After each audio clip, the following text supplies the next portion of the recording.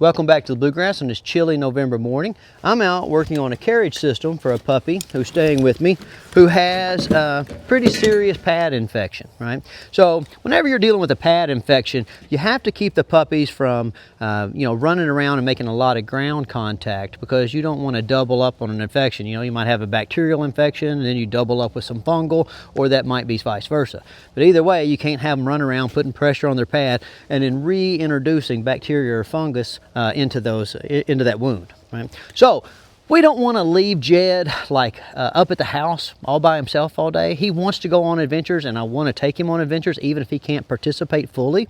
So we have rigged up a system here with this electric bike so that we can transport him on our adventures without him having to get his foot dirty. Okay, and you might say, well, Stonnie, why don't you just let him ride on the ATV like you do with most of the other dogs? Okay, well, here's why.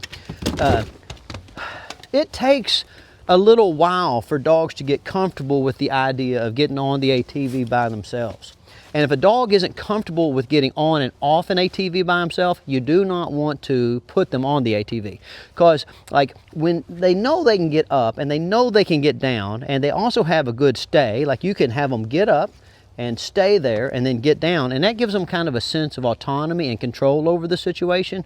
Whereas if you take a puppy who hasn't had enough experience riding on an ATV and you just pick them up and put them on an ATV, most of the time it'll start off okay, and as soon as you're not paying attention, they will jump off, right? So I can't have a dog get nervous because he all of a sudden is exposed to odors and vibrations and movement that he's not that he doesn't have experience with. Okay, so this is the process. If Jed would have hurt his paw when he was at this stage of training, well, then I wouldn't be having to build a little carriage for him. I would just go, okay, Jed, we'll get up here, we'll ride around and watch what the other dogs are doing, and we can kind of just hang out and enjoy being outside. Okay? But I didn't. So back up, cameraman, and let's show them what we're doing.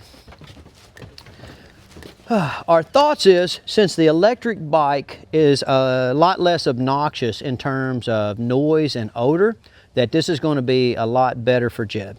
We're going to be able to kind of help Jed navigate his way up these steps and into the basket.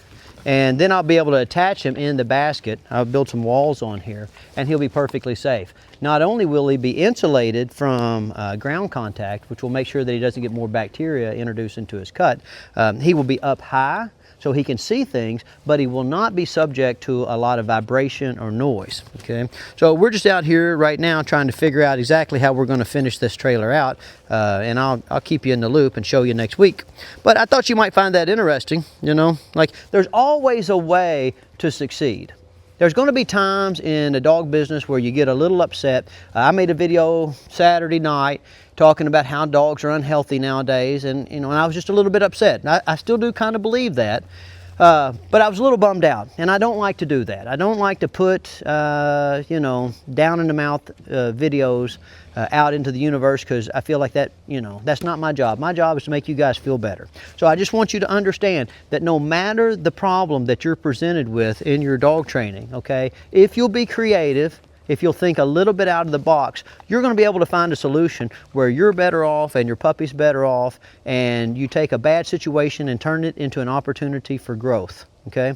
All right. Well, tell me what you think about my little bike setup, and if you have any questions or thoughts in terms of how I ought to finish building it out, post that in the comment section below, and I look forward to hearing what you have to say. Very good dogs. Those are very good dogs. Very good.